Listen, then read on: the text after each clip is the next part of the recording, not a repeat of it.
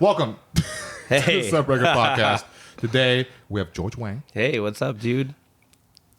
skater, Skateboarder, yep. teacher of skater, Skate coach. skate coach, more professional because he is very professional with it, and he teaches a lot of Little kids, and adults, everybody, and Anyone. also stand-up comedian, and just fucking jacked, huge, fucking ginormous guy. You're Yeah. pretty jacked too. You work out? Dude, yeah, For but some I'm not. reason, You're just like- big. You're just big though. I'm skinny. I'm lean. I kind of wish I was a little more intimidating. Like, I got into some beef with a guy at the park, and like he was just coming at me. I was like, why is this guy scared of me? Why? Like, am I not It's intimidating? because you have really nice hair, dude. That's why. I think it's because I'm too like I just have a nice vibe. So like I'm just trying to go at this guy, and I'm like, this guy thinks he can like take me.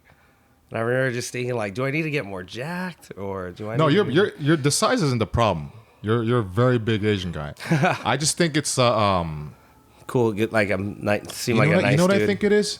Wait, how old are you? I don't think we ever I'm talked 40. about I'm gonna be 40 on Friday. it. That's crazy. Yep. Because you don't look that at all, but that explains why you're so calm and chill. Because I'm 32, so I feel like if you were like 30, you would still have some rage. I had a lot of rage when I was 30. Yeah, so you worked through that from 30 to 40, right? Yeah, I'm more on the like respect me tip now, where like I feel like I'm the OG. Oh yeah. You know, like you better come at me with some respect. You know. It was weird. I got into this thing yesterday where I went to a park, and I teach a bunch of kids skateboarding, and I bring a portable radio. Yeah. It's a park, so I put my music on, and there's this guy who looks like one of the. Have you seen the Dick in a Box?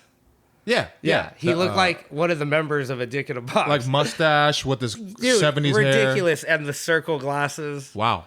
And next thing you know, this guy's like, he's getting like really upset because he says my music's overlapping his music. But then I was like, I'm a kid you not, Mike. Well, I was like, okay, well, he's like, well, I can't hear my music. He literally takes his phone out, and he had his phone on like speaker. I was like, bro, just get some fucking headphones. Like, how could you even hear music from your phone? Like, that's not loud at all. Yeah. And he's mad that I have a radio that's just like blasting. I'm like, dude, anything could be louder than you just putting the phone speaker. Oh, did he leave the phone stationary? He's like, I can't hear my music, bro. You come in here, you think you own the park, and then he's like showing me his phone, and I'm like, well, get a speaker then, bitch. Or why don't you just put it in your pocket? I don't know. He was just so upset. Was he one of those younger kids that No. look old, or was an older guy that happens to fit the mustache, hair? He was just I think he was a self-entitled white dude. He was just like this white guy. So he starts getting real angry and sideways at me. And then he's like calling me a terrible father because he thinks that the girls I'm teaching are my kids. He's like, you're a fucked up dad. And I was like, you're a little bitch. Wow. I was like, so it just starts escalating. And then he gets all like, he gets squared up and he goes, where you from, homie? I was like, bro, first of all, let's not like throw out rep, you know what I mean? I was like, where are you from, dude? And he's like, Marin County. Marin County in San Francisco is the equivalent to like your Belinda of like. Oh, that's horrible. My cousins live there. Yeah, it's. And they're fucking weak. But it's like, where are you I from? love you guys. I love you guys. It's like, where are you from? At least like be from somewhere hard. Like, Yeah. I'm from fucking Hawthorne or some shit. You know, like South Central, East St. Louis. Anything but. Dude, you can't be That. like, fuck you, you're Belinda, bitch. Yeah. Anaheim, bro. It That's just fucking weird, man. didn't sound right. I was like, dude, calm down, Malibu's Most Wanted. Like He listens to too much rap, probably. I think he listens to a lot of and like watch a lot of gangster movies, like old gangster films. Yeah, and it's like in Where his you head. from? Because a lot of these suburban white kids, when I used to go to these parties, they would like think they're in a gang because they just hang out and get fucked up together, and they'd just be like, "Where you from?" Or like, "What set you from? What do you rep?" what set you from exactly. And I heard this one but white it doesn't kid. match. Like it doesn't match the look. Anything, nothing, right? Or even the vibes. You can tell, you can see right You through it. can see right through it Yeah, but then they still keep. It's like they're method actors. in a way, or Yeah. like highly delusional. Yeah, I heard this one white dude. He was like, he screamed, the who what crew, like who what crew. It was weird Where was this on? in a white fucking party. there used to be a gang in Santa Monica called the West Side Whiteys. And I got pulled over with my friends, and I'm not lying. This cop was like, are you guys part of the WW? And we're like, what? WW? He's like, West Side Whiteys, dude. And I was like, West Side Whiteys? Like, why would you be part of the West Side White? Isn't it a white gang? It was some sort of like tagging group in the 90s. Oh. But I'm from the day and age where like everything was like the way like TikTok videos would come out, gangs would come out. It'd be like we had Waching, we had Asian boys, and I was in the epicenter. That I grew up in the area where like if you saw the violence on TV, it was like the pool hall down the street. Yeah. Or like it was really rough. Like where when I grew up where I was at, you just see a lot of like Asian on Asian violence all the time. Like really serious violence. Serious violence. Yeah. I remember one time going to a pool hall with a friend. We're just all gonna shoot pool. And then, like, the double door swung open like a fucking Western.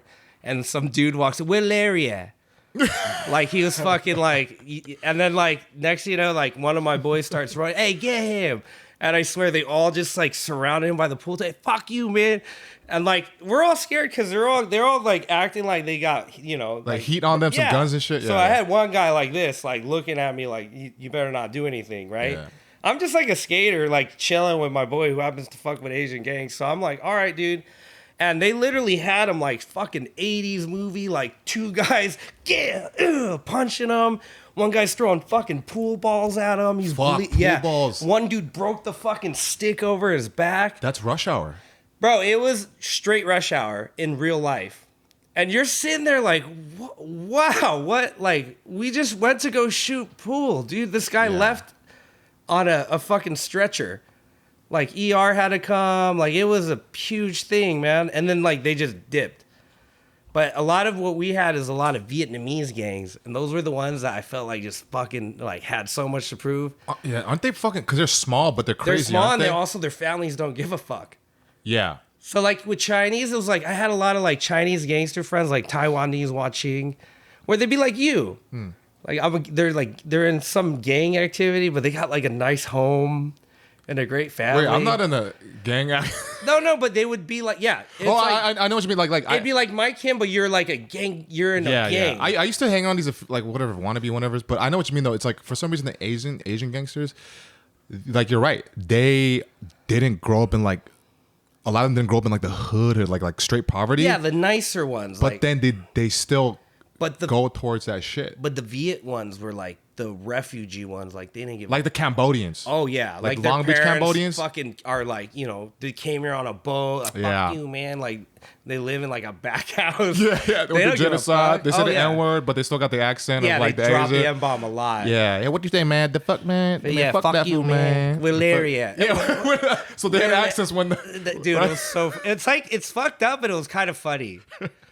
And there would be like times where like I went to PCC, like one dude was like, what's PCC?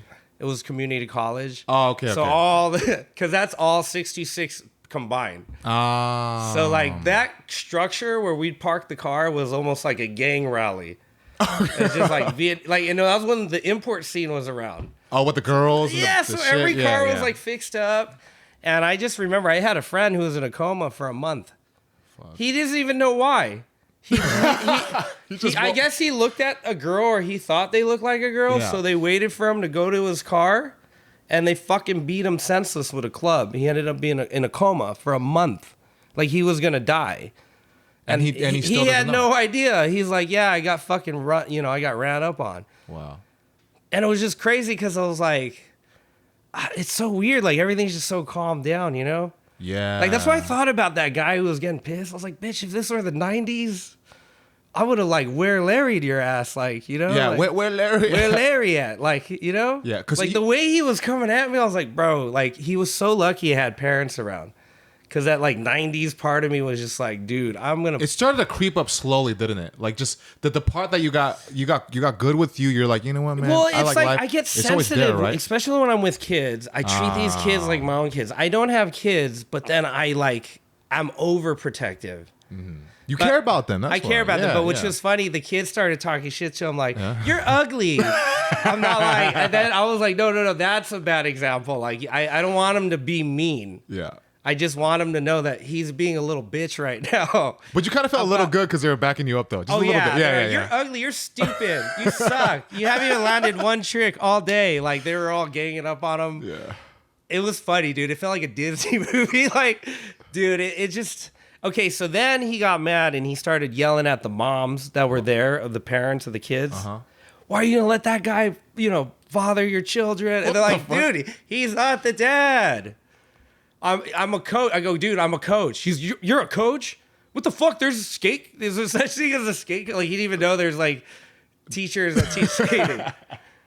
So then, while he's talking all this shit, I'm not lying. Like, this car rolls up with this lady inside. I was like, dude, I think your mom's here to pick you up, which was so. And he gets all upset. He's like, that's not my mom, it's my son.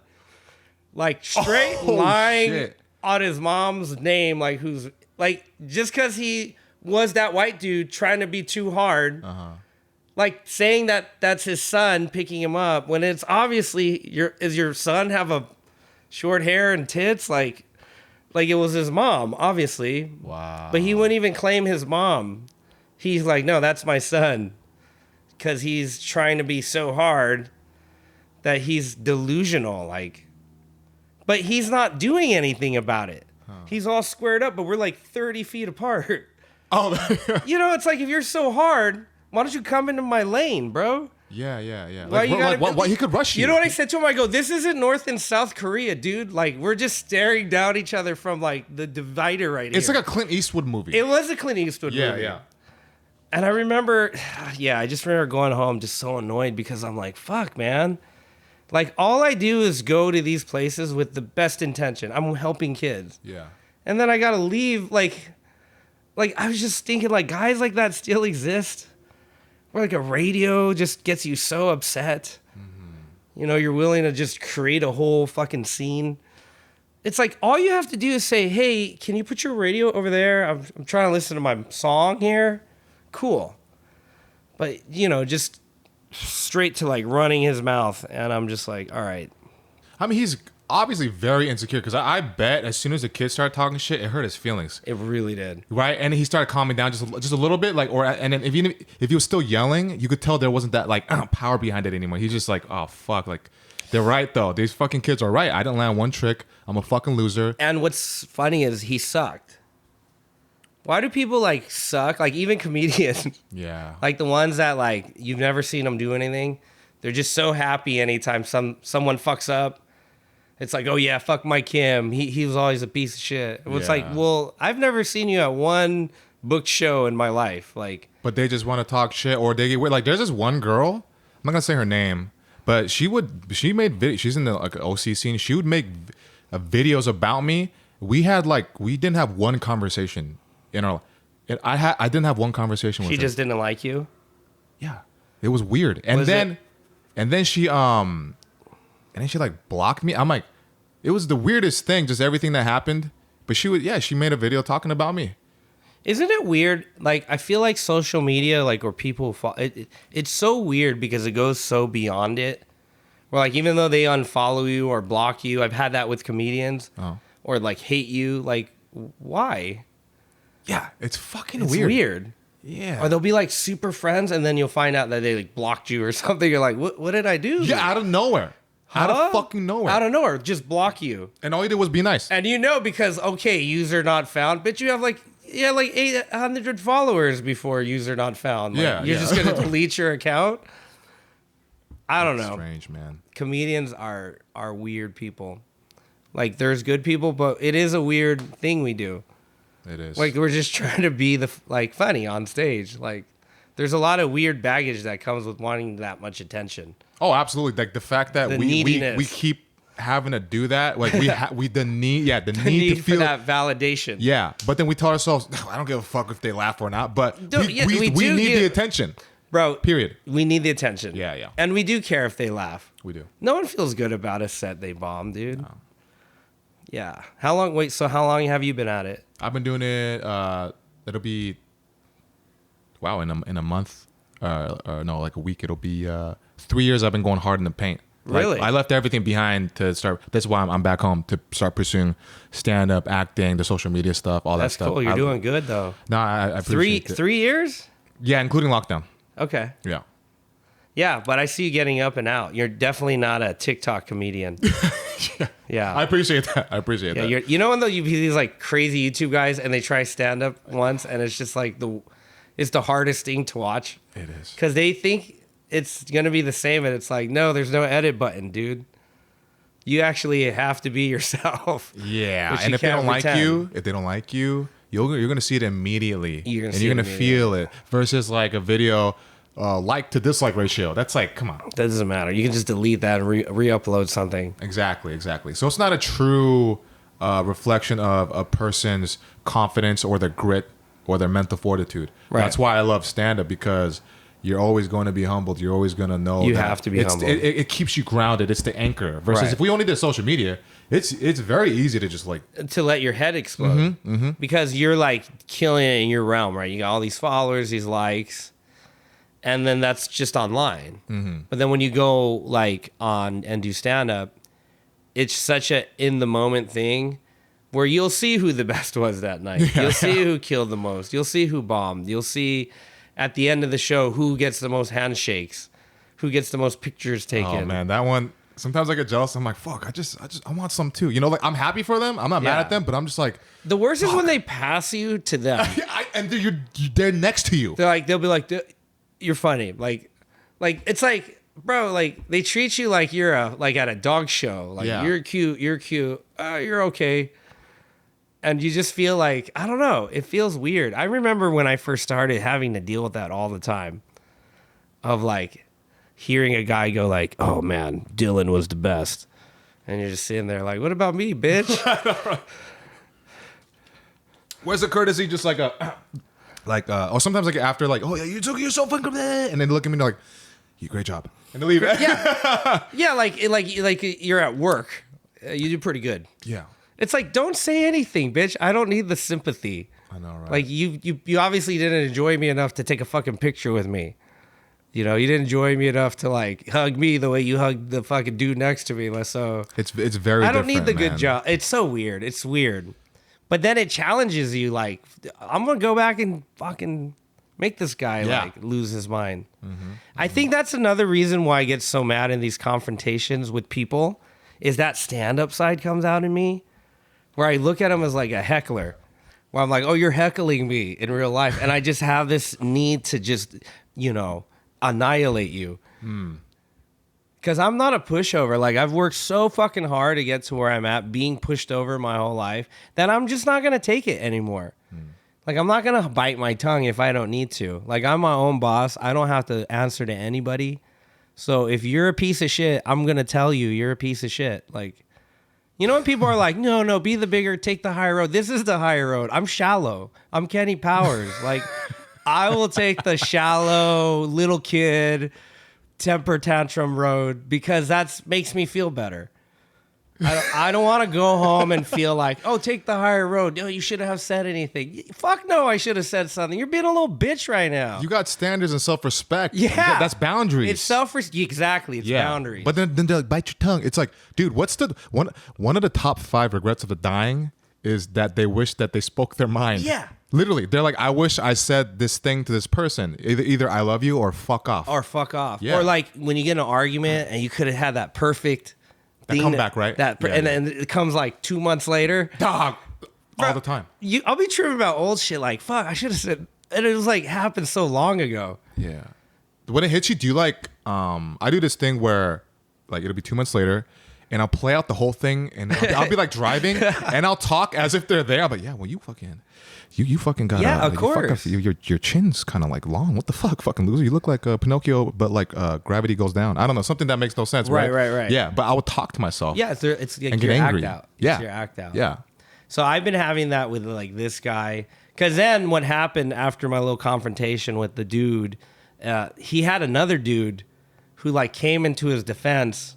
So this guy gets up like, and he goes, it's not right that you're showing that to those kids, man. You're setting a bad example. And he goes, I've seen you teach kids at South Amani, and honestly, you're not that great.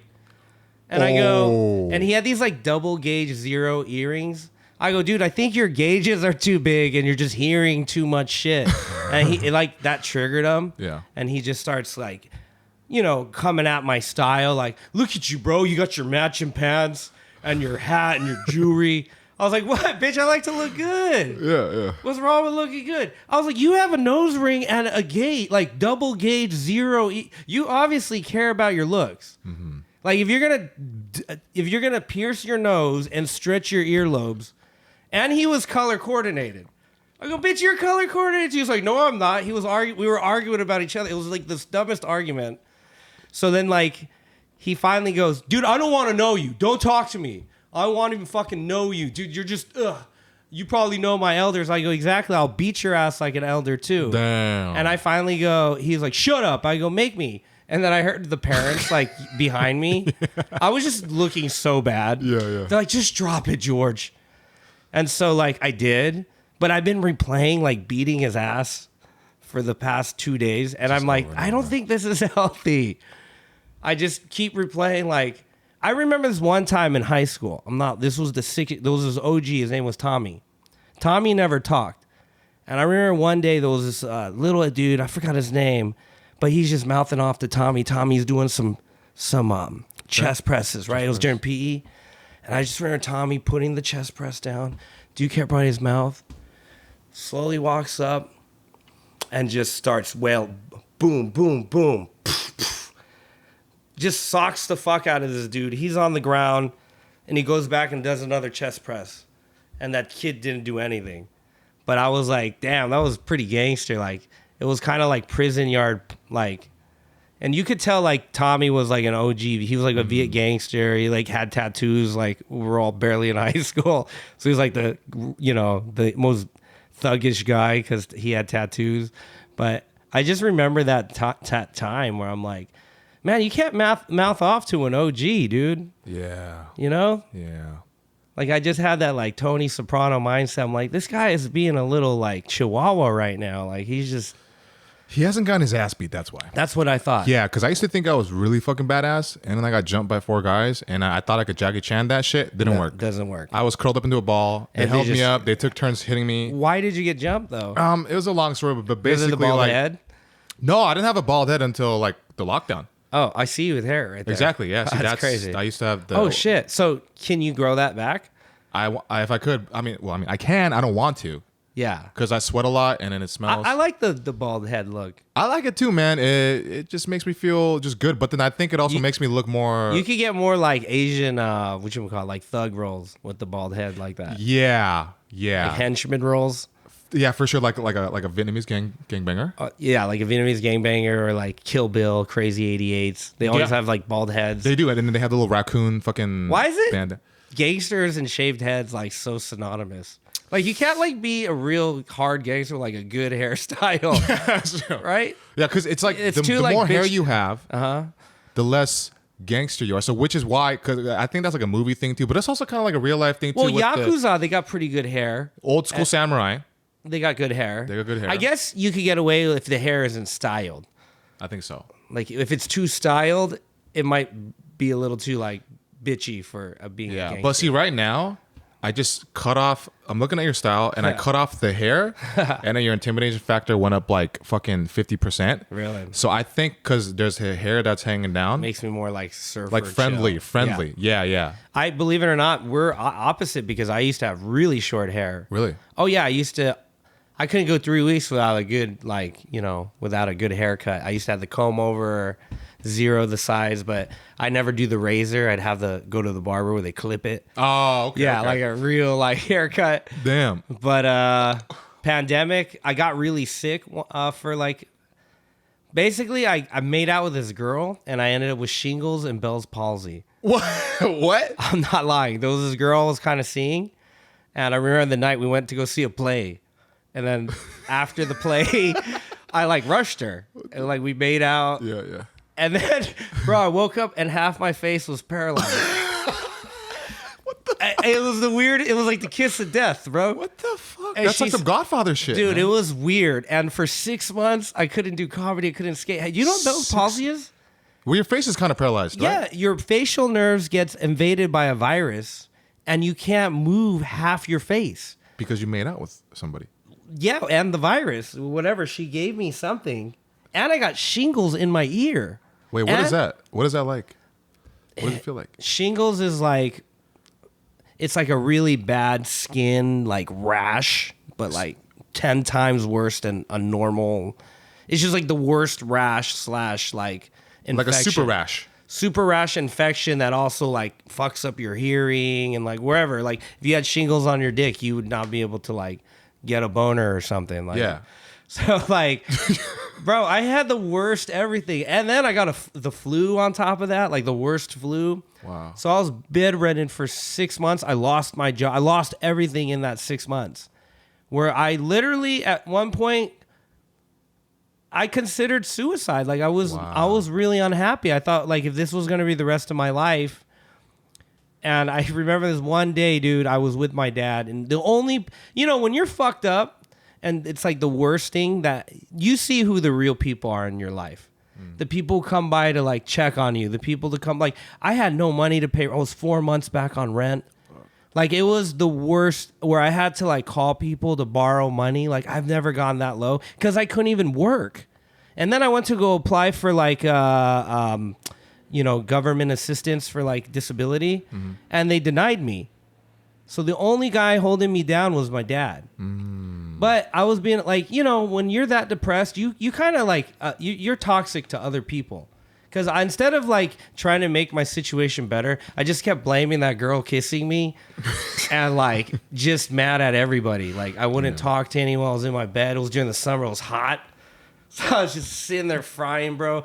The only thing that made me normal was like, if I could afford weed, I'd smoke a bunch of weed and just like desensitize myself to the point where I'm just like a vegetable. Yeah. That was the only thing that made me feel good because I couldn't talk.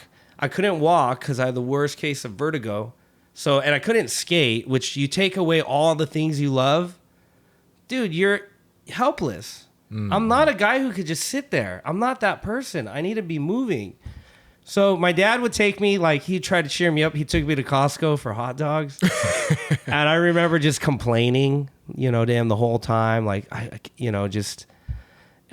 he's just trying to be the nice guy. And I threw up on him. What? I don't know what happened, but I can't, like when you have it, you can't really swallow shit. So you can only like drink liquids and stuff. So the paralyzation factor is not just like everything.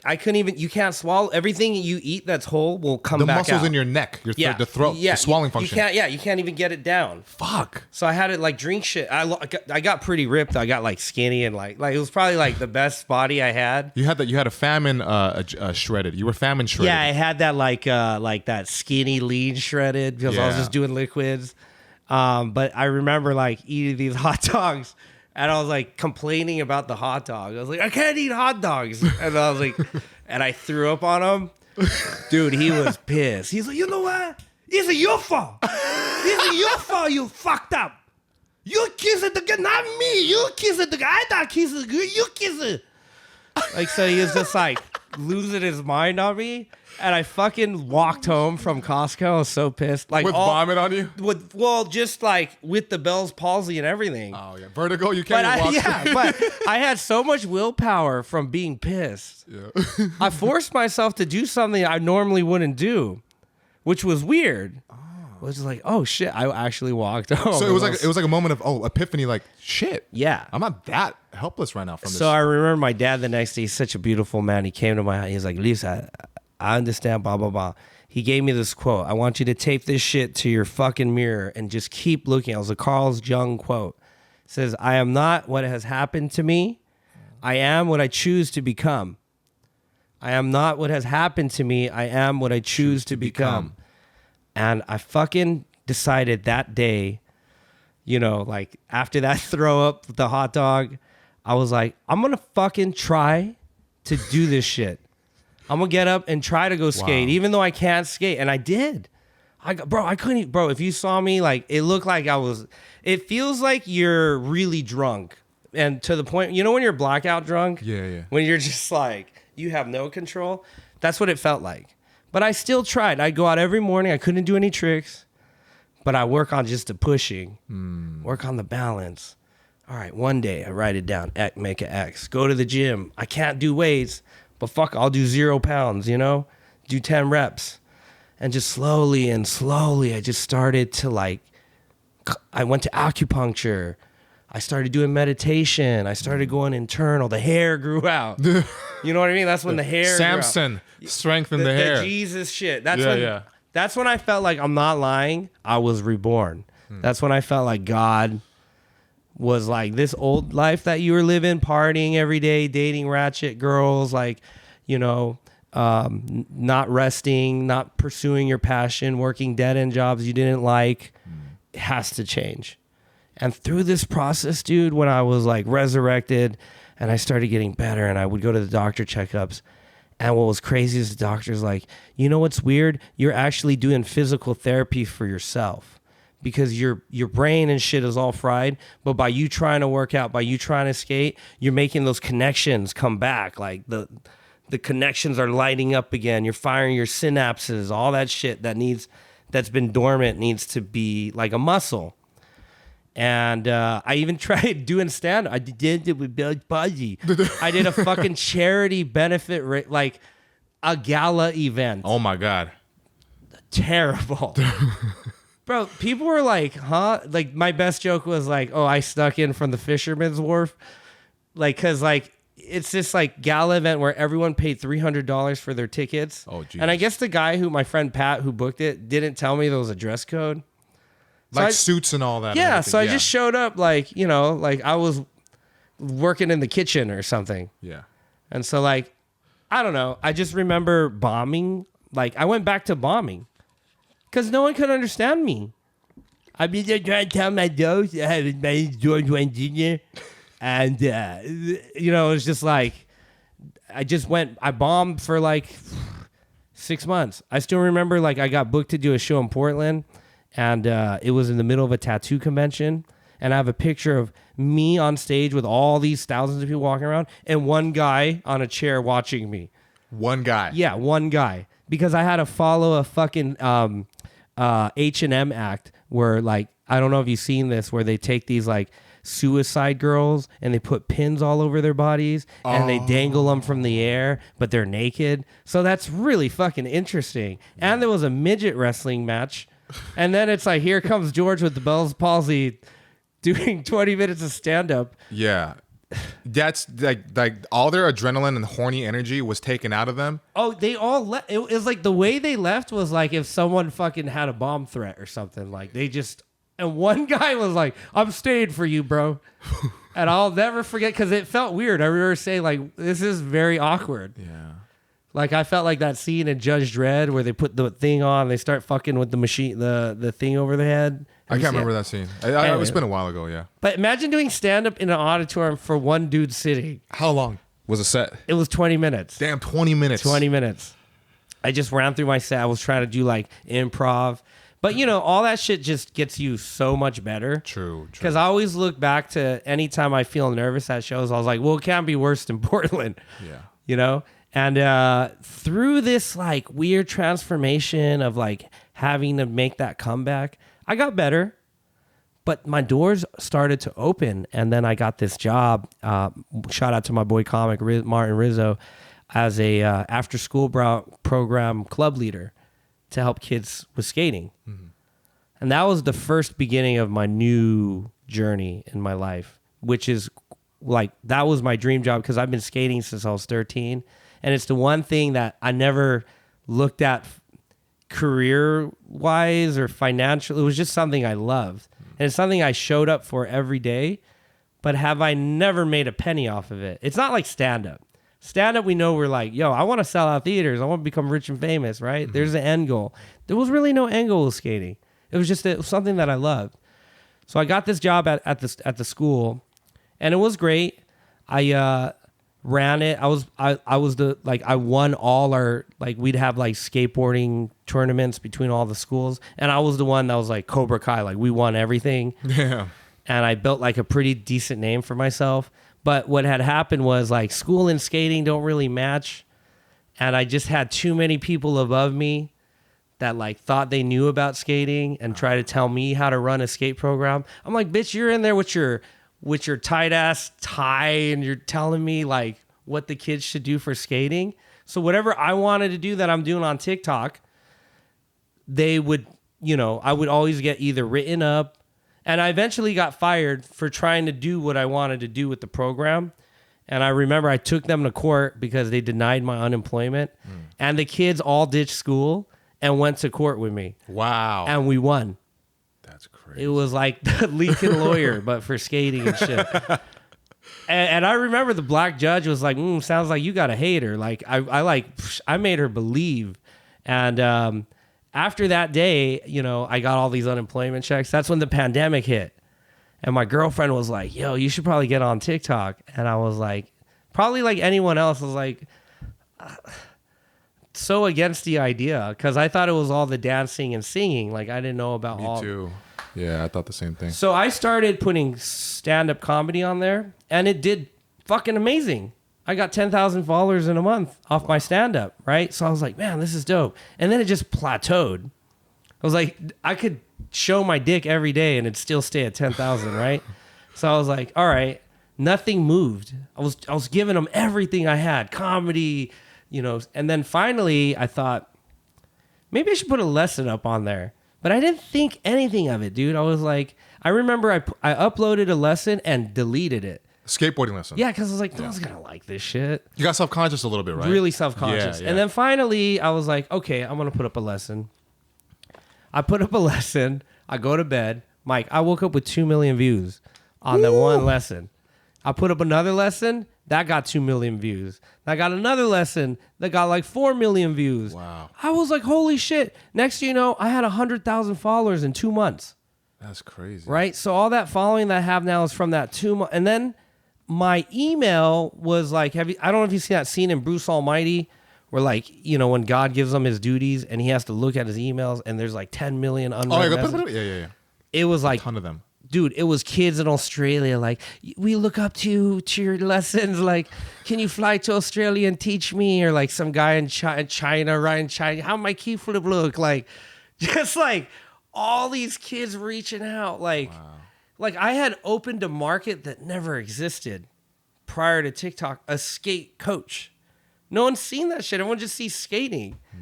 Because here's the thing, you watch skating and skating's so like crazy that like it's not relatable. Like if I showed you skating where I flew down your rail, you'd be like, that's dope, bro, but I can't do that shit.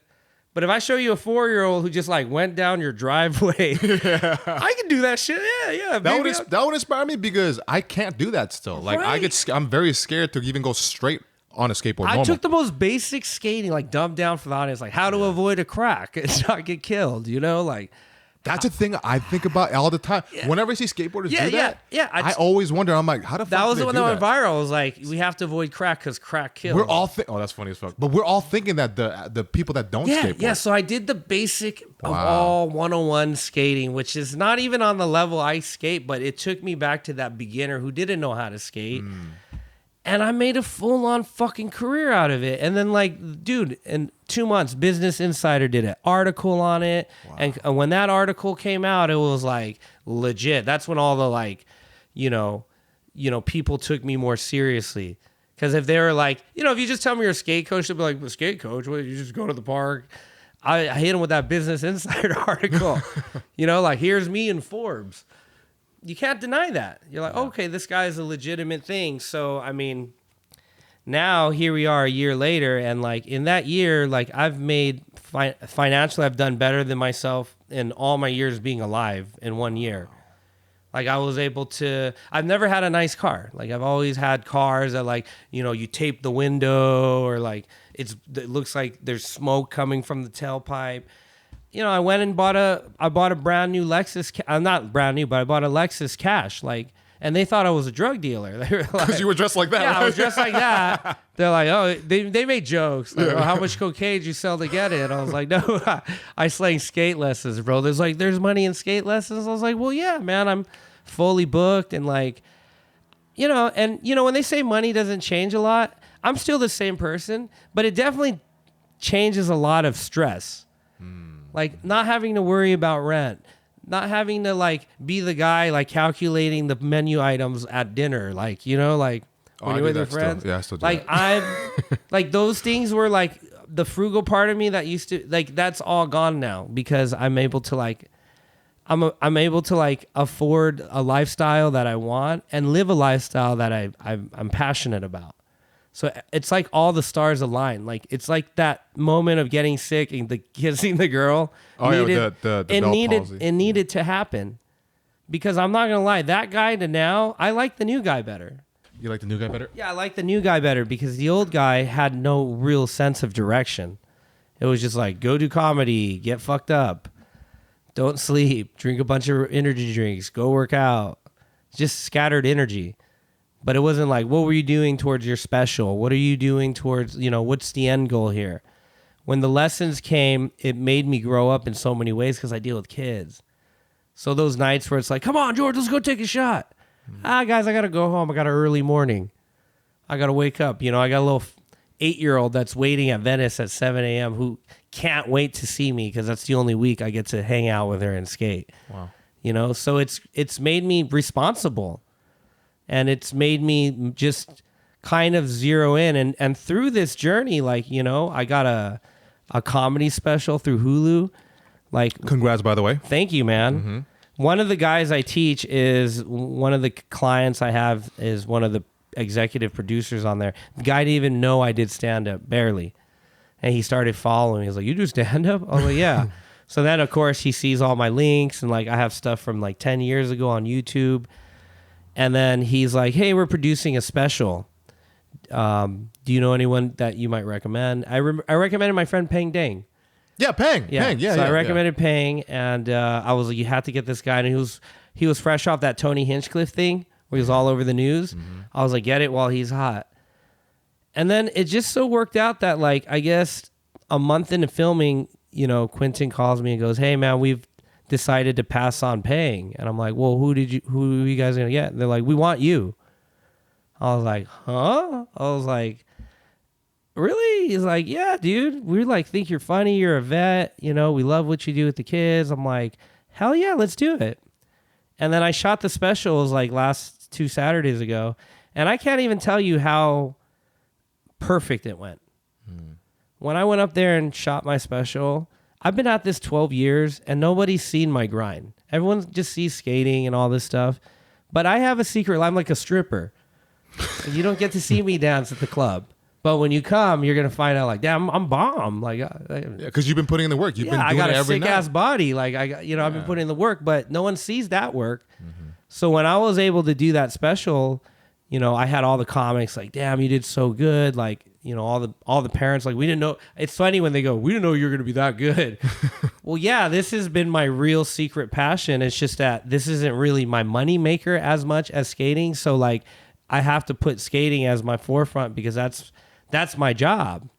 But then the comedy thing is the end, the dream, right? And part of that dream has already been like crossed off my bucket list. Like I got a special on Hulu with all the other Asian American comics, but I paid my dues. But it took me all that time and getting the sick and then getting to the skate coach. But eventually that thing led to this. So had I not followed all the little stars or dots along the way, who would have known? Like, so I gotta thank that girl. Like, thank you for kissing me that night, please. Like, I was pissed and it was bad, but it changed my life, dude. It's like a movie. It like dude, one kiss. It's crazy. It's like some like fucking like Forrest Gump, but with like more intelligence. You know what I mean? Yeah. It's like a Forrest Gump. Like normal Forrest Gump, but just he had crazy shit happen to him. Met all kinds of people, like just happenstance. Yeah. And then led to and in so the end, many he cool ended things. up having a baby with her anyways, like his love, right? Yeah. She dies. That was the twist, but like he still got her in the end. Yeah. So, and there's still gratitude with that. There's still a level of success and like self-fulfillment. Right. Well, along with the pain, but the pain is part of the. I think the pain is something that really propelled you. It showed you what you're made of, and then the perseverance and everything. And to top that off, like I lost my mom to cancer like 9 years ago, and wow. I can't even tell you prior to all this, I went to jail 8 times. 8 times. I was doing an out of state. I was in the tattoo industry for 10 years. So I was basically, I worked for my friend's startup. So let's say like me and you, like these people weren't even had anything to do with, they made beauty products and they kept getting tattoo artists buying massage tables. And they're like, tattoo massage table. And because they were just like the skate coach thing, the first of their kind, they blew up so fast. Mm-hmm. And they just infiltrated the market. But they all look like really rich, squarey, like Asian guys. So guess who they had go talk to all? You. They made me, they lied and made it seem like I was the owner. So that way they could trust me. Because if you go down there, you have no tattoos and you're just like they'll just think like, because the tattoo industry doesn't like corporate. Like they're very anti, because everything there is old school. It's like all about respect. It's like everything is face to face. It's a service thing. We're like cash only, like stuff like that. So, I mean, I ran the tattoo circuit for 10 years. And then they ended up growing the company so much and they sold the company. And this is also at the same time of the sick thing. It's kind of like it's like the McDonald's story where it's like, I'm going to start this big company, Mike, you're on board. And then when we sell it, we're like, all right, Mike, thanks for your time, man. They just left me hanging, bro. Like, nothing. No percentage. No, nothing. I mean, they're all like coming to work with matching Teslas and like flying around the world. Like, every post on their thing is like a $5,000 sushi, like that's fucked up. And then like no one would get raises because they'd be like, "There's no capital." I was like, "Well, because the capital went to your Tesla and your sushi dinners," and it like that was the old life that had to die. The old life that had to die was the George putting himself out for others. And I'm not mad at these people. I'm not mad. I'm not bitter. I'm like, yo, you did what you had to do. I mean, you can't tell someone how to be great. If they would have threw the rope back and been like, you know what, priority is taking care of my people, that would have made you great. But because you were into the greed and you just needed the money, you pieced everyone out, you're mediocre. Because everyone would do that. And that's what's the difference between guys like I feel like how my father is, who's like always about like, I'd rather have someone swindle me 100 times than me cheat a person once. It's like that integrity, that old school integrity, you know?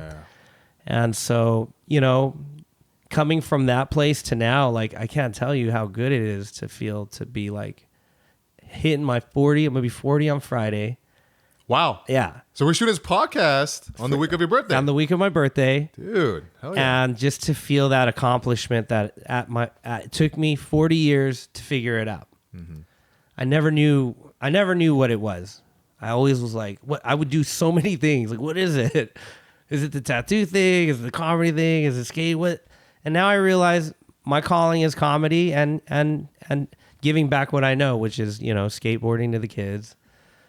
And then like, even if the comedy thing doesn't work out where like I become the next Joe Coy or like Ken, Dr. Ken, I'm happy being George, skate coach who does comedy. Like I like, Batman doesn't need the attention. He just does what he needs to do. Like, I like living like a superhero. Like, I did my job. Now I'm going to go back to my cave. I'm going to do it all over again the next day. And if the press comes, the press comes. But that's not my agenda. My agenda is to, like, help these people, So what I'm seeing is now it's beyond you. Beyond me. Completely beyond you. And you know what's interesting about that? I was literally listening to a podcast with Andy Frisella, and he was talking about 3 things that lead to happiness in life, and he's fucking successful businessman, and he said years ago when he was still making good money back then. He was rich, right? Yeah. But it was only for the money, and he was sitting on his couch because he was like taken out by the flu or something for like 10 days, and he realized he's like, I'm fucking miserable, even with this money, right? With the money, yeah, and then right, and then he realized.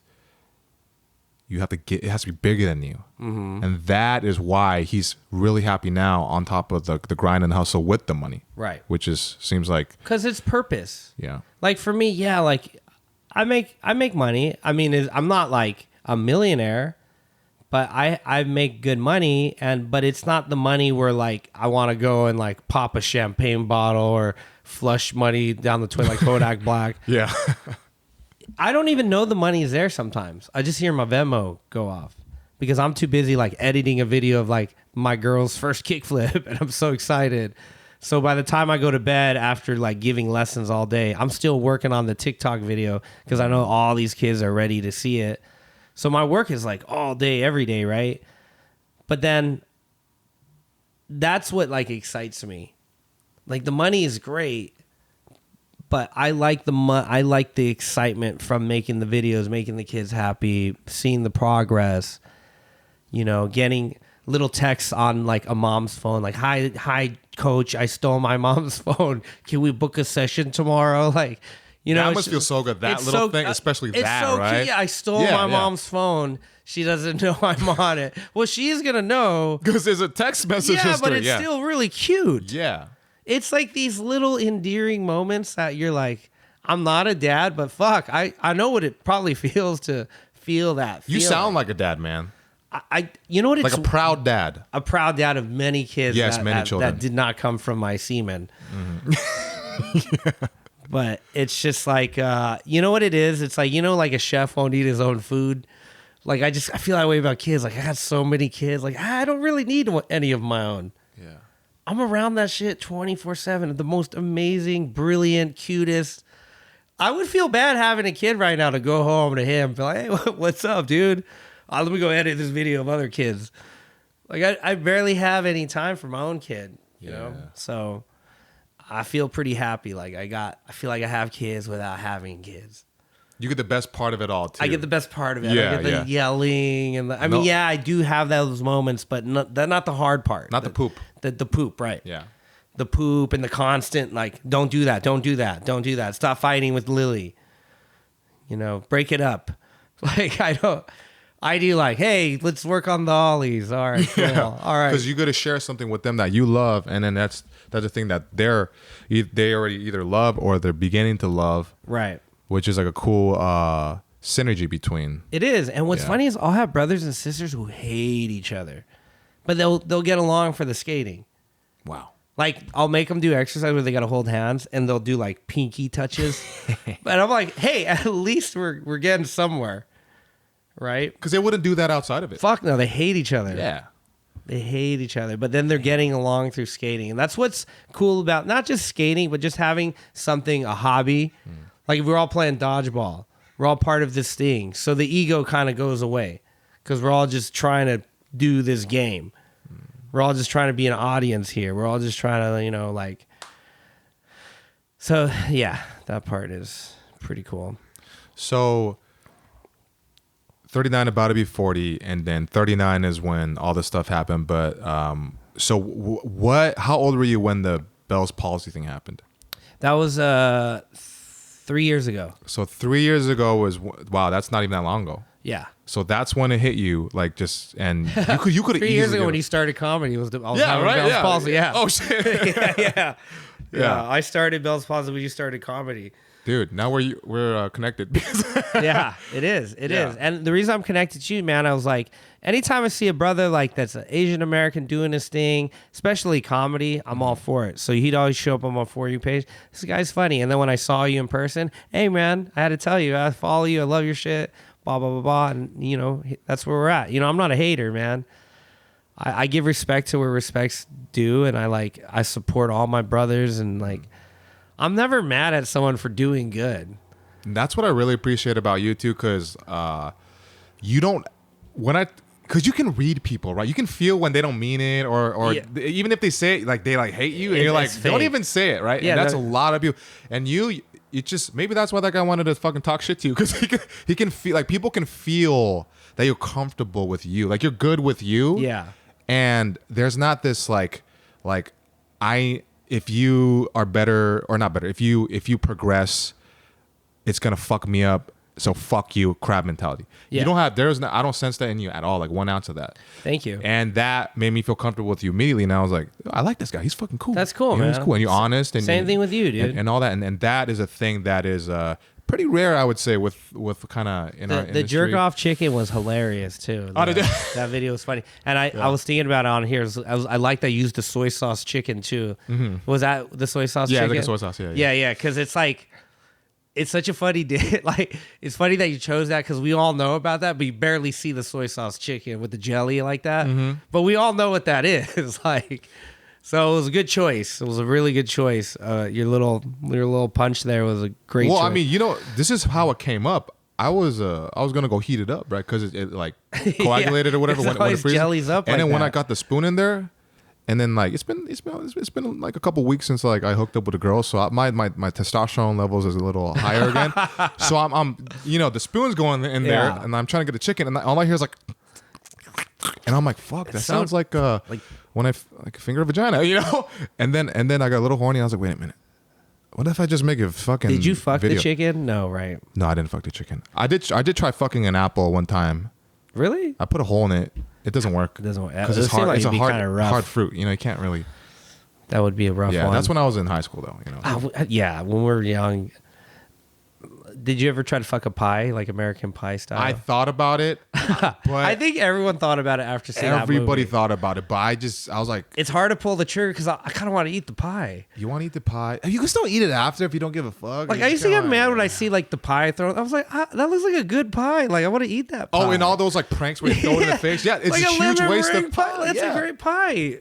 Think about the time it took to make that pie. You're just gonna throw it in some guy's face. You could have fed some homeless people. Right. That could have been like a Thanksgiving dessert. Oh, exactly. And you just fuck it up. You fuck it up, dude. Yeah, dude. Okay, so 3 years ago you were reborn.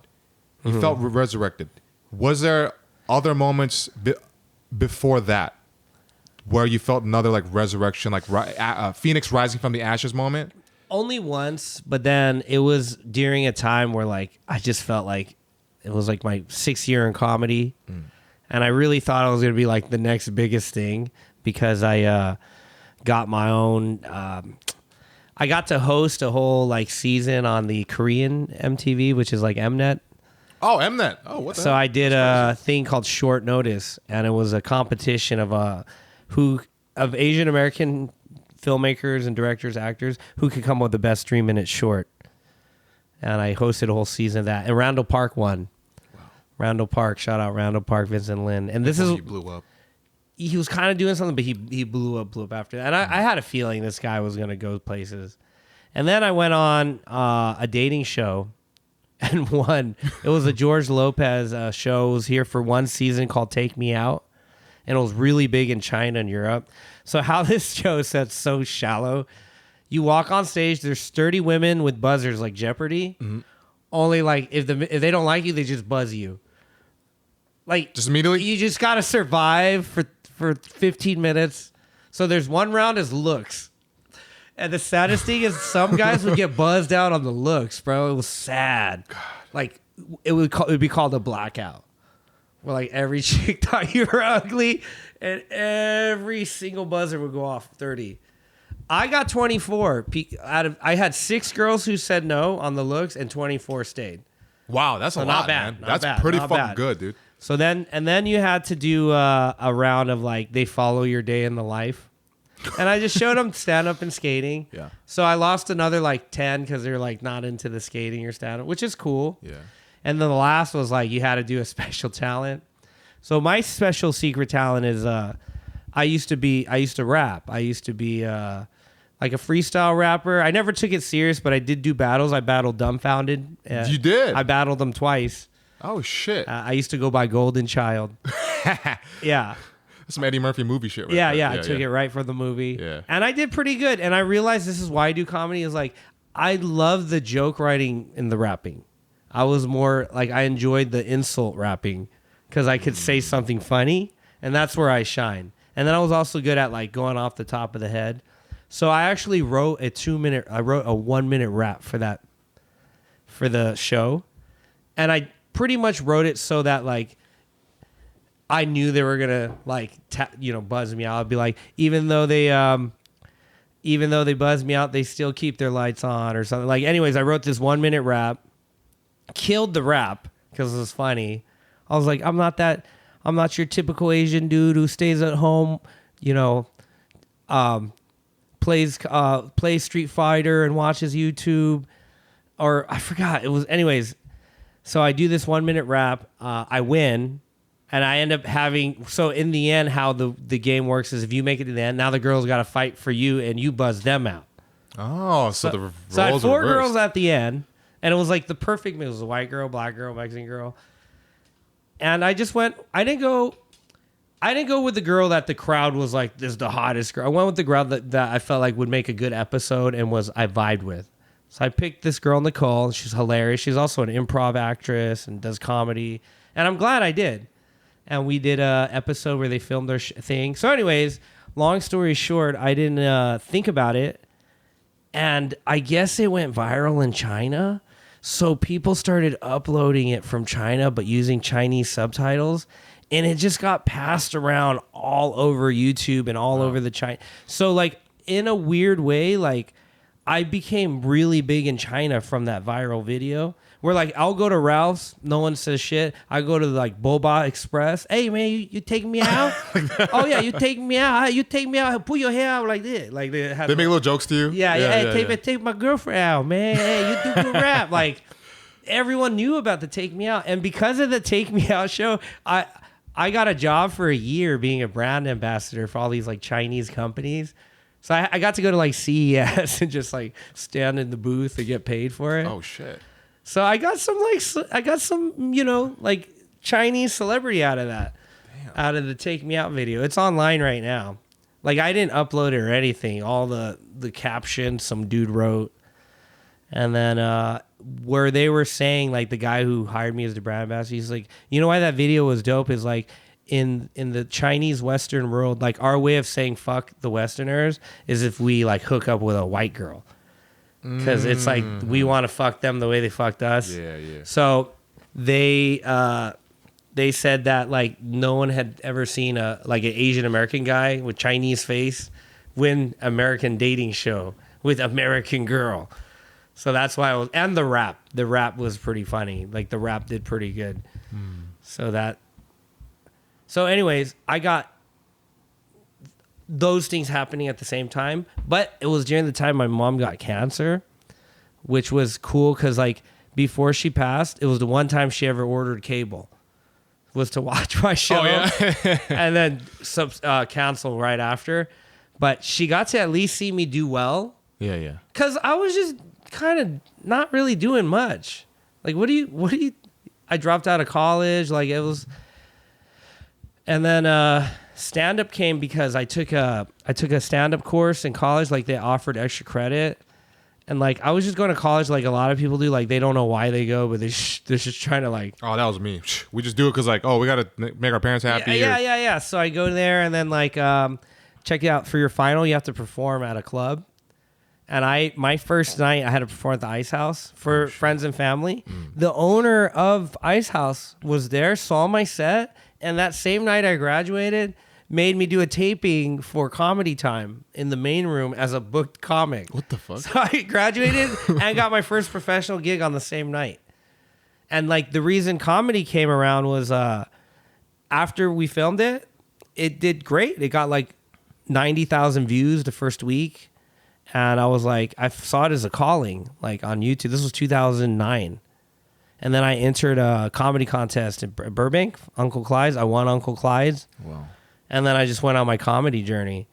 And that's how comedy started. But that was like my first moment of like, oh man, you're doing you, right? But it was through comedy where like I had that first moment of like the resurrection. Yeah. Which was, that moment was like, it gave me some clarity of like what to do with my life. And I realized I wanted to be involved in comedy somehow. And that's what led me on that path. And now then the second half of my life is the skating, which has always been there with the comedy, before the comedy. So it took me all that time to come full circle with the skating. Your story inspires the fuck out of me because I just turned 32. And it's been 3 years pursuing my dreams, and you know there's like some moments where I'm like, yeah, that's nice, and then but ultimately it's just this thing, this long grind, this movement forward of just you just keep walking. Sometimes you're sprinting, but you're just most of the time it just feels like I'm walking, and I don't see a ton of stuff going on besides like the work I put into it, and a lot of the work that I put into it. The return is more of not.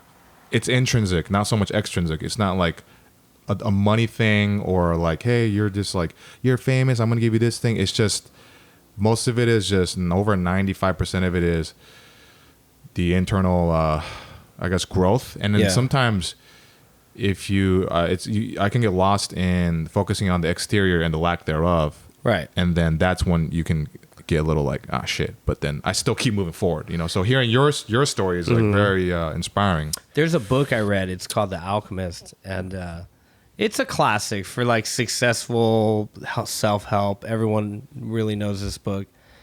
And I remember I read this book taking a train in the middle of the night because I was living in New York with my girl at the time. Yeah. And I didn't know if I should stay in New York for her or move back to Cali.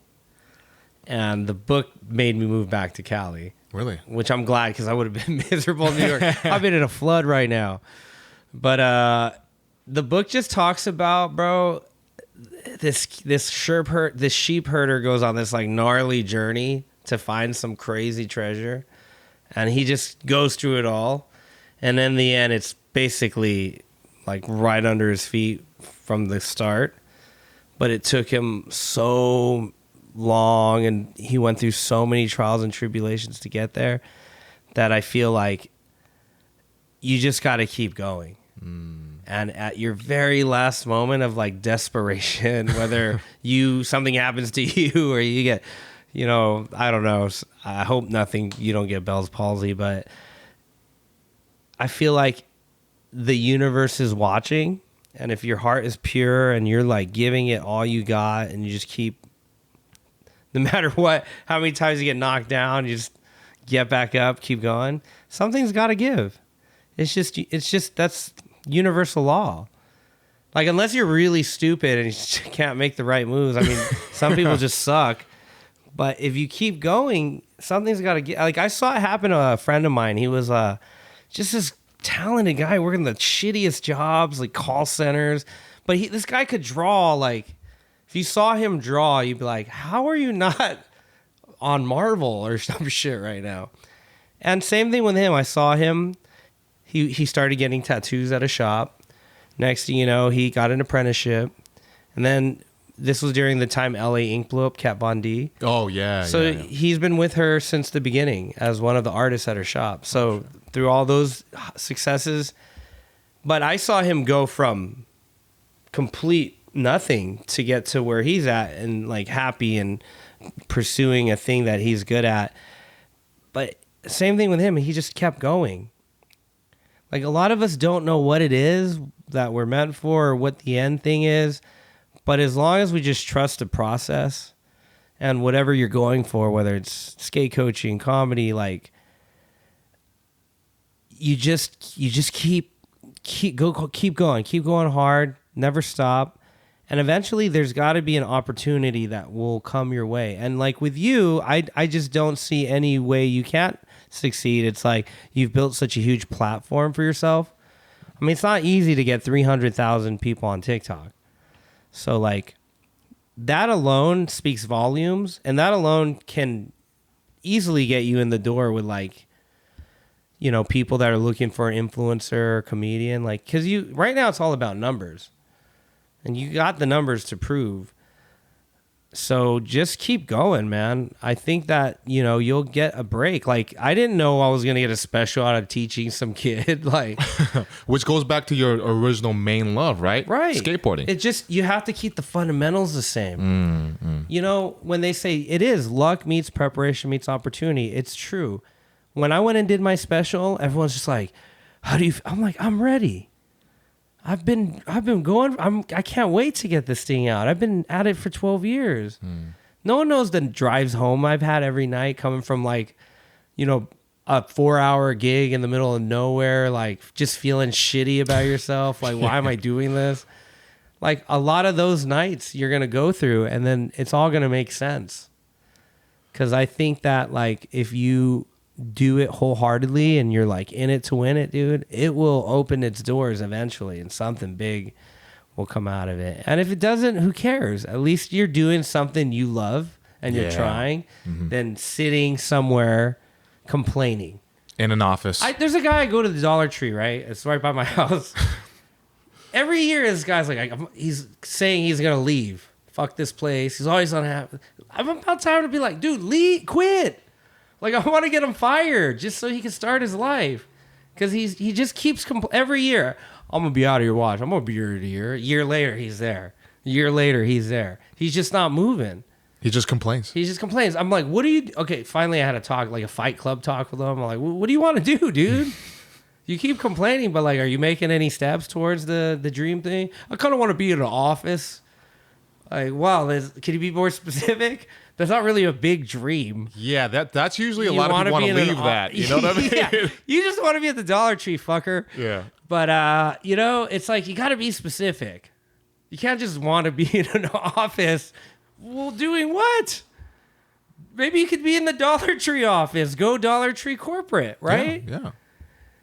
So you got to just, you know what I realized? You got to be real clear with what you want. And once you figure out what you want, you just got to be like really clear. Because the universe will only give you what you truly, I feel like, want, but you got to know what you want. You got to be specific. You can't be vague.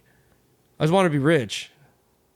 How? I just want to make people laugh. Yeah. Where? How? Why? Are you gonna get a special? Right. Do you want a special? Do you want to, do you want to sign a contract? Do you want to go with an agency? You want to go on tour? You want to open for a headliner? Like all these things, you have to sit down and really think about, like what it is, especially with comedy. And I realized like I loved comedy, but it was never like I want to tour the world and sell out shows. Like I think that sounds like incredible and like who wouldn't want that? But it just seems too much for me. Like I like being grounded. I like being able to go out and do shows, but then like not be away from my dad like half the year, like like I like what I'm doing now. I love kids. I love kids going to local shows, make them laugh. Maybe do an outdoor gig every now and then, maybe go on the road a couple months out the year just for fun. Like, cause I'm pretty happy I know where I'm at. I know what I was meant to do and I'm doing it. So then all this other shit just becomes like, what's good about knowing yourself and knowing you get to say no again.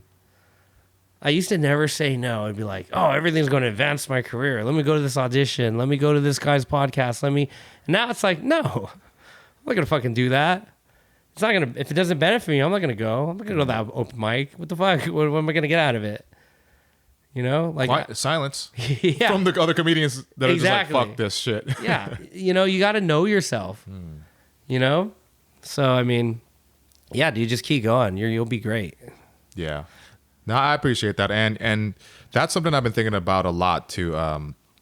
Is just regardless of what happens with whatever I'm doing, I am doing what I want. I never thought I would even be doing this right now. Yeah, dude. Like just 4 years ago, I would, dude, I was such a pussy. I was like, there's no way I would have been able to be on stage and perform with people or to have a podcast and, talk to anybody, just whatever. Right. And I just, although what I said earlier, sometimes I do get a little down because I put pressure on myself. Right. But it's just. But we all we all get down. Yeah. We're human. It's a human thing. Human. But it's just more like I get to choose what I want to do and cool little things come up along the way that I learn about myself. Right. That I learn about the world and just whatever. Like the thing is, starting this journey has brought me such great things in my life. Right. It's just the hardest part is starting. Yeah. You know how you're like, it's a good thing we got in when we got in? Yeah, it is a good thing. I would hate to start right now. Like even the taping, I was the first guy. I was like so glad to be them first. I don't want to sit there and wait. I want to get it over with. Let's go. I'm done. Yeah. You move on to the next thing. Fuck yeah, move on. Just keep going, And what's sad is at least you have that awareness. I have a lot of friends. I love them, but they don't have zero self-awareness. They just get used up all day by these companies and jobs, and they complain. And well, either you complain and do something about it, or just shut the fuck up. Because that's not going to do anything. You're not making any actions towards the next step. And at least you are. You're like, I'd rather just drive Postmates all day, have a free life, and go for comedy. Dude, that's admirable. That's most comedians. Like my boy tours all over the world, but he drives Lyft full time. Like, but he lives his life. You know what? He goes, I don't feel like working today. Presses a button, he's done. How many people can do that? Like, you can do that. I can do that. But you can't be at an office like, hey guys, I'm out. I'm done. After like an hour? No. Goodbye, manager.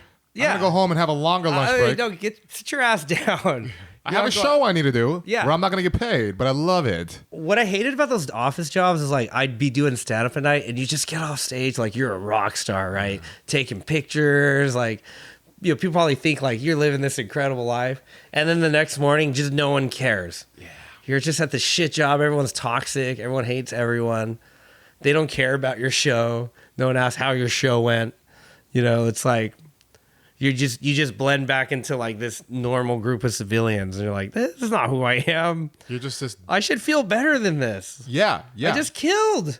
Why am I here at the fucking coffee machine next to this girl like putting on her makeup? Like, you know, like there's people like that give you the stink eye. Like I was so tired of faking my life. I feel you on that. Yeah.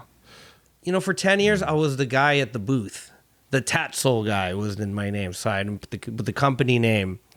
I became the company name guy. My name is George. I do comedy. Did you know about that? But no one sees that when you're just at a booth. When you're just at a desk.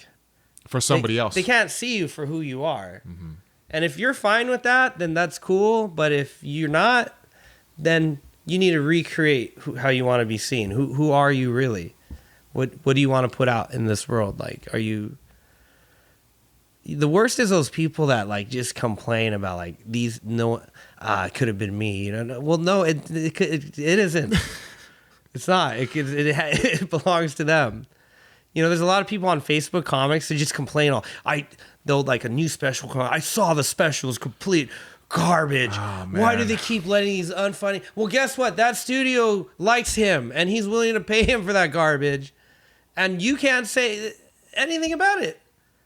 He's getting paid by the studio. They like him. What are you doing? You're on Facebook. Use that to fucking inspire you and just do your own fucking thing and realize, oh, maybe somebody else thought I was trash. Well, I could be somebody's gold. Yeah. Like somebody's treasure. Like if he's that trash, then why don't you go show the world how you're so good. Right? You're so fucking good. And it's like you've been at it for 30 years, dude. Like maybe it's time to hang it up. You know, it's like if you're just sitting there complaining for that long, then yeah, maybe your time hasn't come because maybe you're not putting your time in the right place. Like you're just on Facebook, dude. Yeah, because 30 years, it's long. Just because 30 years, you say 30 years, what did you do within those 30 years? Yeah. Anybody could say, I've been doing it 30 years. Like that's the same exact thing as me saying, I've been alive for 32 years. So since I've been alive for 32 years, give me money. Yeah. It's like, yeah. What have you done for me lately? Yeah. That's so weird. Like people feel very entitled. All the time. Which brings me back to that guy who's like, you're not that good. You're not that great. It makes me mad because it's like, that guy could probably, if he really knew me or talked to me, he'd probably get a lot out of me. Yeah. You know, like from all the shit that I've been through, he's still a young guy. And that's why it's like, you just have to realize like at the end of the day, you just got to do you and just not worry about anyone else. Yeah. Especially with, we don't really have time for that, but actually, you know, go ahead. Yeah, just a quick. I do want to ask you this especially because you've been in the game for a while too. Dating, while on this journey, and coming to more of a truth of, because, I felt reborn once I started to do this. When I let myself do this, yeah, I literally felt like I was able to breathe for the first time. In you felt alive. I started at 29. I felt like I wasn't living. Did you always feel like there's this like funny guy? Like have you always been that guy like trying to make people laugh? Yeah. Always. All right. And you know what? The truth I feel like will show. And like there's a reason like you have a following because like I feel like you can't fake. And it's like with you, you're always trying to look for the funny. I see it. Like you always put something up. You're going for it every day. Like, I gotta make these motherfuckers laugh. Like whether it's like a dash cam of you or something, like You know, I saw one choking on the water. Like, Oh yeah. you're going for it, you know? And people can see that. People see that. Because if you really love something, you can't stop. You can't stop me, bro. I'm going to keep on putting on these jokes or these videos. But what do you mean by the dating thing? So you started doing stand-up a while ago, but then recently is when like everything started to come together and just make more sense.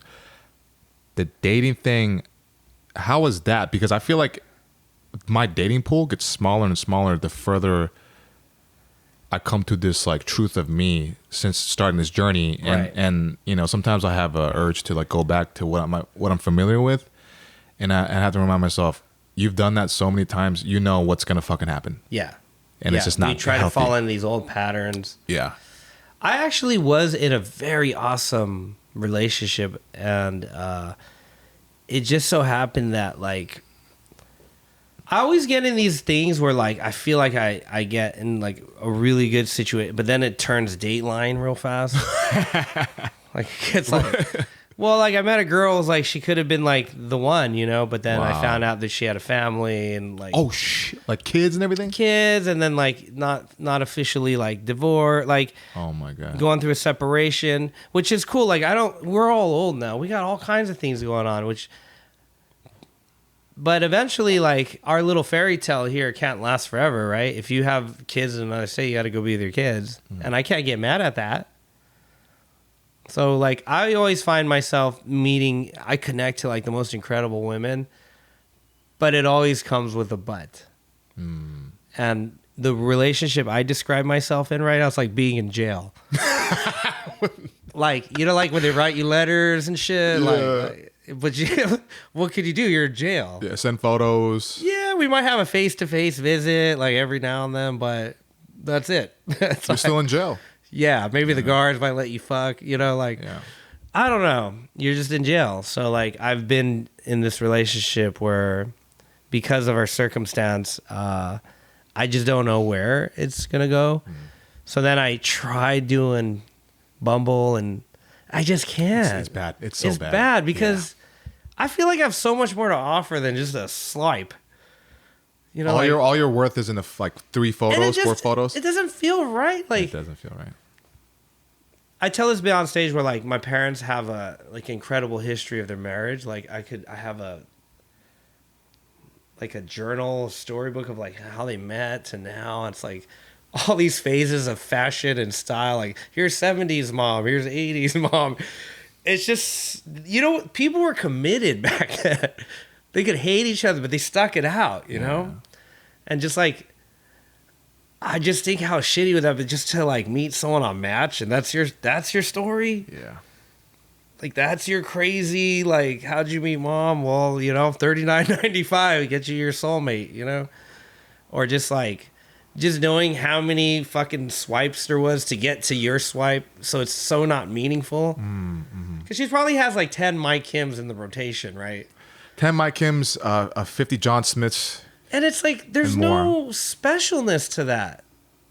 So for me, I'm like, fuck, man, I want a good love story. Like, organic, right? Yeah, more I want organic. some serendipity shit. She drops her glove at the ice skating rink, like, you know, like something. You try to pick it up and then you fell on your ass. Yeah, just you want something organic. I felt like, you know, the girl I was with, it was really like that.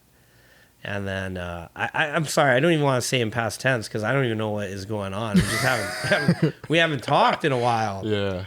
Okay, here I got a question for you. When do you feel like it's okay, like if you haven't talked to a girlfriend, boyfriend?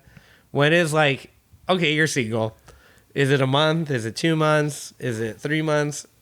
What's the expiration on like where ghosting? Like if I was dating, like say you're with a girl and then like she moves away and then you guys are talking and then communication gets cut off. How long before you realize, okay, I'm single? Honestly, like if she were to not contact you for how many days? I'm gonna be honest here. If she didn't say anything like a preemptive, hey, I have to focus on this thing. Like I'm in nursing school. I have a huge exam. Otherwise, I'm gonna fail if I don't make it. I'm gonna focus on this for like 5 days. You're not gonna really hear much from me. So you know, if there wasn't that, and then she just doesn't, I don't hear from her for like a month. Is a month like? Would you be out? A few days, I'd be like, okay, something's already fucked up. Like even 2 days, I'd be like, okay, that's weird. Yeah, it's been a month. Yeah, it's done. Yeah, Yeah, I'm it's pretty much done. A month is a fucking long time. So long, Jesus right? Christ. And that's how like. Did you try reaching out to her? That's how committed I am. Is like I'm sitting here like. Dude, you're dedicated, man. Well, here's the thing about me. Like I've always been passionate guy. So like whether it's skate or I just stick it out. I'm like I'm in it for the long haul. So like if like you're my good friend, and like one day you just stop talking to me, I'll still try to be your homie and kind of wonder like what the fuck. What happened? Like how are you? Like, what's going on? And then I thought maybe she died, but she's alive. She has a new job. I saw like a group photo at the new job. So then I'm thinking like, all right, what happened? Like, I just straight ghosted, bro. Did she go back to where her kids are? Yeah. Yeah, you're a chapter in her life, and I think so. Yeah. And I'm happy because I felt like she was that for me too. You know, that was when I got fired. And I felt like when I got fired from that dream job I thought I had, without having someone there, I would have been miserable. Oh, so she was there during that time. She was during the hard time. We met each other during a very hard time. For like both she of was you, trying right? to escape a side of her life where she felt like wasn't going right. I had just gotten fired for the job. And honestly, we met at all places in a yoga class. Because I was so mad at the guy who like fired me. I was like, I wanted to go like slash his tires. Like, I just was so mad. Yeah. I was like, I need yoga to just calm down, you know? Yeah, to breathe and meditate, the namaste. And she was in there and she was like running from like this abusive relationship. She had like gotten like, she pretty much got like catfish to go down there. She was dating some like Chinese bodybuilder guy who's like, I'm a millionaire. Come down, fly you to LA. She goes down there. Dude is broke, lives with the mom. Is he jacked though? He's jacked. Okay, he's jacked. But she couldn't sleep in the pad, so she had to sleep in her car outside his pad. Oh, that's fucked up. So he'd be like, good night, and then like roll the window up and go back in the house. So then the ex-husband like filed a missing persons report. And, I guess like he got some information where she was staying. Dude, could you imagine like having typical Asian parents and like the SWAT, like the fucking FBI or the police like show up to this? Yeah, so he sent the police and the FBI to this dude's house. And of course, like any normal Asian family, like, she's got to go. Mm-hmm. So she's like, yeah, she's done. Too much. So she got conned to coming down to LA for this dude. I get fired from the job. And we meet in yoga. And she ends up being like a huge comedy fan. I didn't even know that, like, she didn't even know I was in comedy. First time I meet her, she gives me a Richard Pryor quote. You know what my favorite quote is? She's like, a Richard Pryor quote. She goes, there's 3 people that tell the truth. Kids, drunk people, and people that are pissed the fuck off. And then I'm like, we have an hour conversation about stand-up. Wow. So I'm like, what are you doing Friday? She's like, nothing. I live in my car. Like, I have no plan. I'm like, do you want to go to a show? And I was closing the show out. Wow. Like, I tricked her. And she was there sitting like, oh, who's the headliner? Dude, I came out and did the show. She's like, what the fuck? You know, like, you do stand-up. And then for that first 3 months, it was cool because we had this relationship where it was very like, we were both broke, like collecting unemployment checks. So it was like beautiful because we were trying to make something out of nothing. We were just so happy going to the Dollar Tree and making these little meals together. And then she'd go with me to all my shows, and because she's funny, it was like having a partner in crime. Like, oh, Toupee in the front row, get him. The girl behind him looks like, you know, like she was able to like observe people and tell me. So when I go and wow, she did that for you? Yeah, to help you with the crowd work. Oh yeah, like okay. Damn. Make sure you get the guy in the back with the mustache. Oh shit. Yeah, that guy's hilarious. And then immediately, like a lot of her little observations, dude, I ended up crushing with my opening line because she saw something that I didn't. Wow. And it just would make everyone laugh because she's very funny. To be honest, I was attracted to her sense of humor more than anything. Like, she was just a really, really funny girl. And, yeah, we had like a dream relationship. It was perfect. But I fucked up. We were supposed to keep it like not social media, because she's in hiding. And I put a picture up of us at like some pumpkin carving thing, and the dude went onto her, and the reason he found out is she had posted a few shows, and he started going to every comedian's page. Oh, and he went, dude, bro, he went back at least probably 30 minutes to get to this post. It was far back. I post a lot. So he found you. He found it. And then like we got caught. Like fuck. And then from there it just went like 0 to like we just went downhill real fast. And she told you not to post anything? She did. I messed up. I should have never. Did you forget, or were you like, whatever? It's probably. I thought like we were so far like I was like, this guy's not gonna find me or whatever. And then yeah, he did. Damn. And then it got like kind of weird. It got like that's when it started getting kind of Dateline-y, where like I noticed like fake accounts following me, and then like we actually had a talk where like he made it seem like he gave me the blessing, but like not really. It's just to feel me out. And then it just slowly went to like her having to go back and take care of the family, and then that's kind of where we're at, you know. Yeah, but you know what? From what I hear, it just sounds like it was meant to be at that moment in time. You both it was really great for both of you. Yeah. You know, and now you are where you are, and it's just like regardless of like the ghosting thing, it was still like it was incredible. It was great, right? It was the best relationship of my life. Like wow. Like you know how much you love someone is how often you masturbate about them. That's very true. You know, like true. I forgot what that's like. Like that's how good our love life was. Like I think about her when I masturbate. Like yeah, you don't have to escape. Or I have to find a clip that reminds me of her. You know, like you try to find like you're going through a porn clip, and it's not even the porn clip that's getting me off. It's what's reminding me of like. Yeah. Our time, you know, like it kind of looks like her. It kind of looks like her hand because it's POV. Yeah, it kind of looks like her hand, the blonde hair, you know, like you just try to find someone with a similar look or something, and that's how I know, you know. But I've been through so much in my life where like I can easily I know how to move on, dude. That quickly? Well, quickly now. Back then, no, but I got so much going on, like it's easy because. I'm always busy. So, like, when you're busy, you don't have time to think too much. Very true. You know? Like, if I didn't, I'd probably be losing my mind. But I'm cool. I got that mental power now. That's what 40 does. You know what? If she did this ghosting thing earlier when you didn't have all this, it could have been not good, right? Yeah. But I could have ordained it, you know? Yeah, but this was like a loving send off, just kind of like, hey, like you have this thing, and it was. Oh, it gets worse. She visited me one time.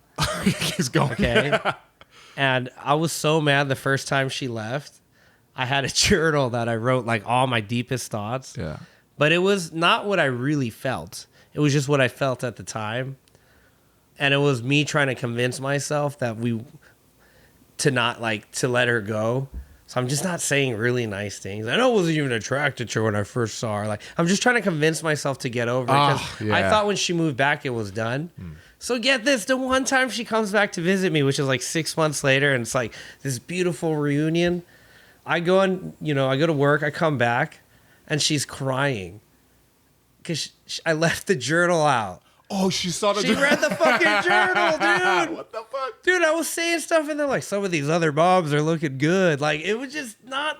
And I had to tell her, I was like, well, it's my journal. Like, not everything we write in the journal is, like, permanent. It's what we feel. We're always changing our feelings. And dude, right now, the way you're talking, yeah. I imagine being her, and I'm like, fuck you. I'm like, fuck off, George. But I'll be honest. No, it's a journal. It's a fucking journal. But I'll tell you, after the journal, a lot had changed after that reading of the journal. With how she was interacting with you, huh?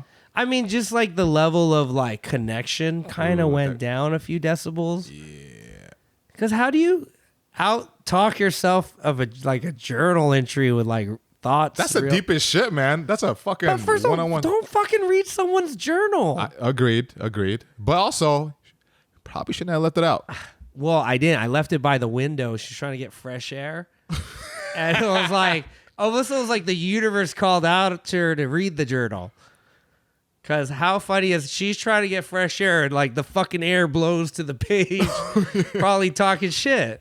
That's probably what happened. Maybe the universe was telling her. I was just thinking it's the universe. The universe was like saying, go back home to your kids. Fuck this guy. Probably. And for you too, like now is a fresh new start. Like I think that was like the final thing from that chapter in your life was her and then to like, this is truly a new beginning.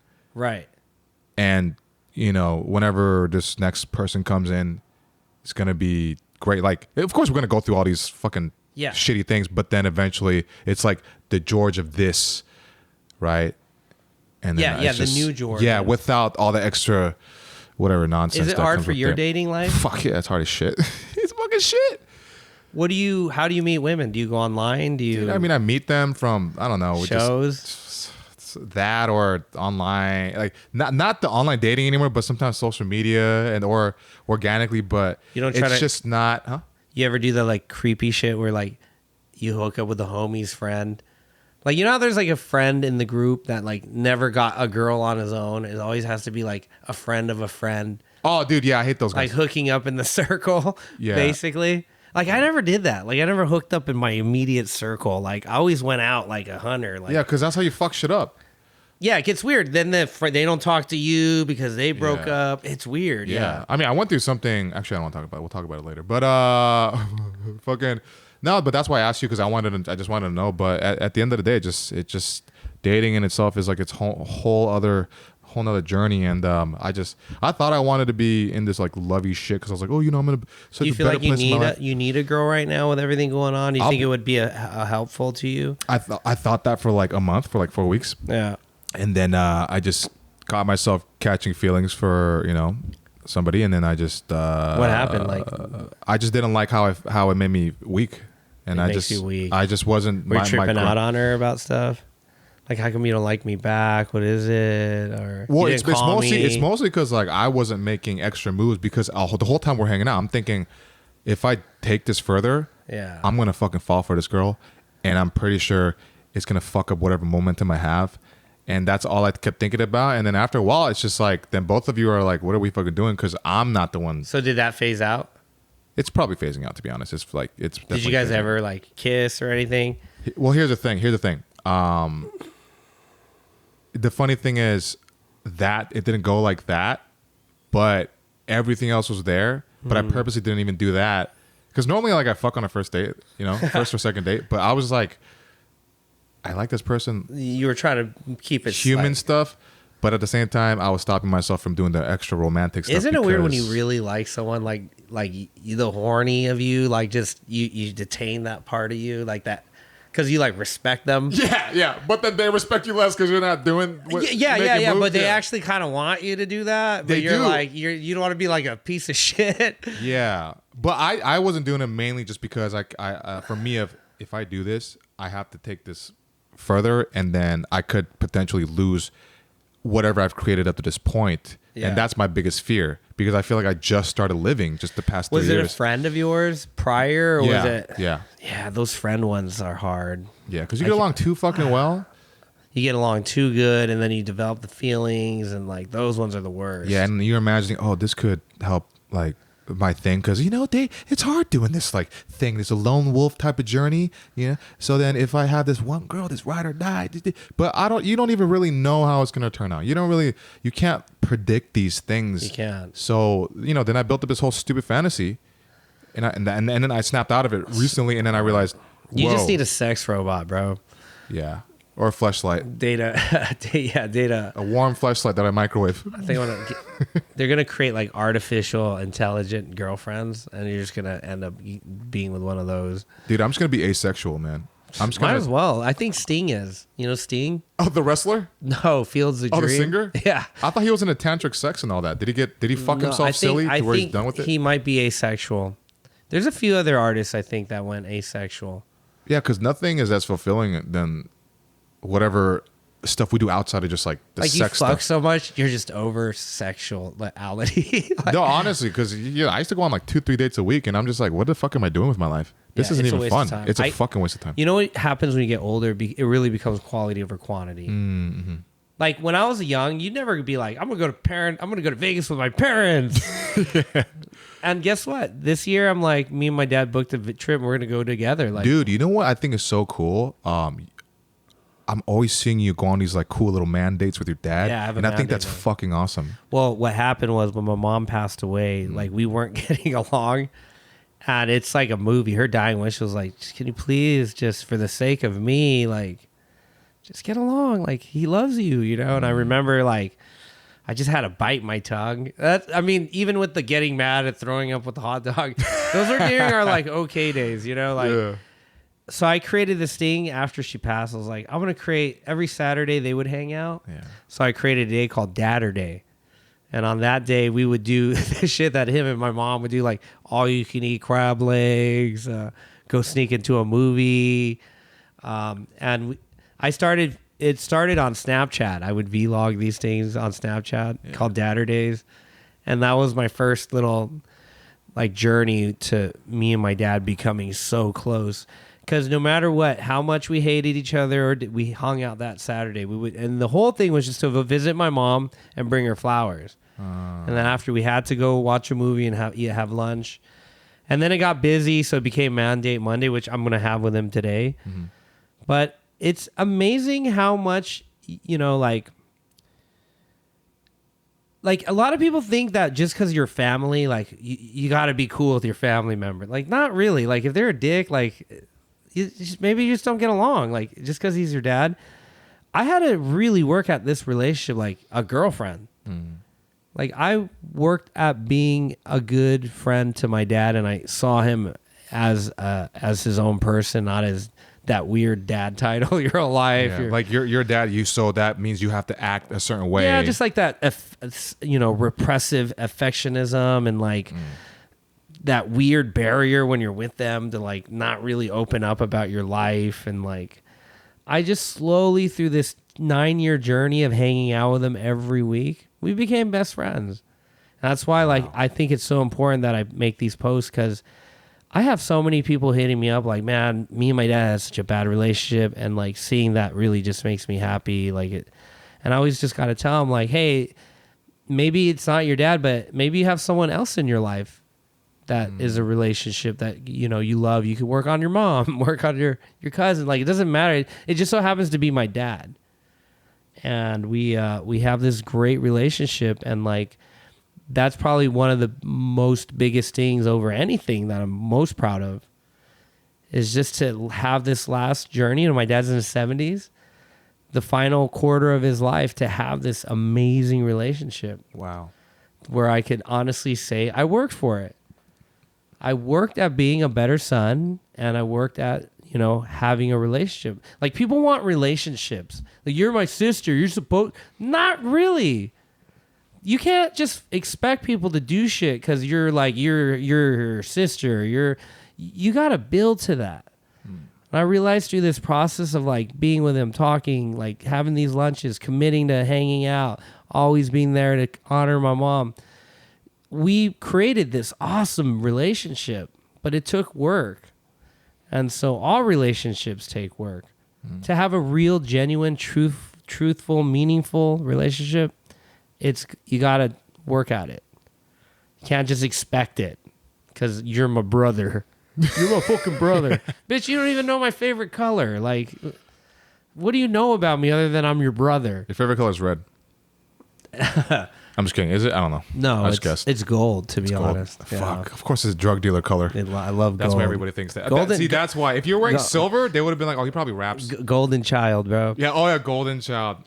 Is silver rap? No, gold is rap, right? Well, No. for you, if it was silver, they'd be like, oh, he's probably a rapper. Because gold all of a sudden changes your look to just like, you sell drugs and shit. That's what the guy was getting mad at me at the park. Was like, look at you with your gold jewelry. I'm like, bitch, better than your earrings. Yeah, your fucking hole in your ear and shit. Yeah, why would you stretch your ear like that? I don't know, and it smells like shit. That's what I hear. Yeah.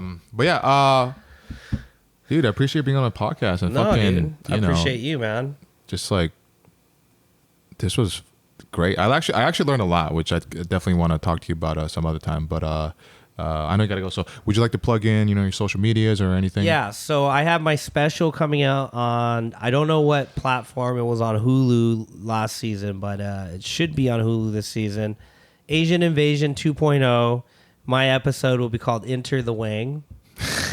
And you can follow me on TikTok, George Wang Jr. If you can't find me, go on Mike's followers and just type in my name. And then Instagram, George Wang. And yeah, that's about it. Those are the major plugs. But I'm excited about that special. Watch that special. Subscribe to my TikTok if you got a kid. You need some rates or lessons, hit me up on my Instagram. And that's that. And that's that. You know where to reach him. All right, guys. This has been another episode of the Setbreaker Podcast. Thank you for listening. And I will see you on the next episode. Peace. Peace.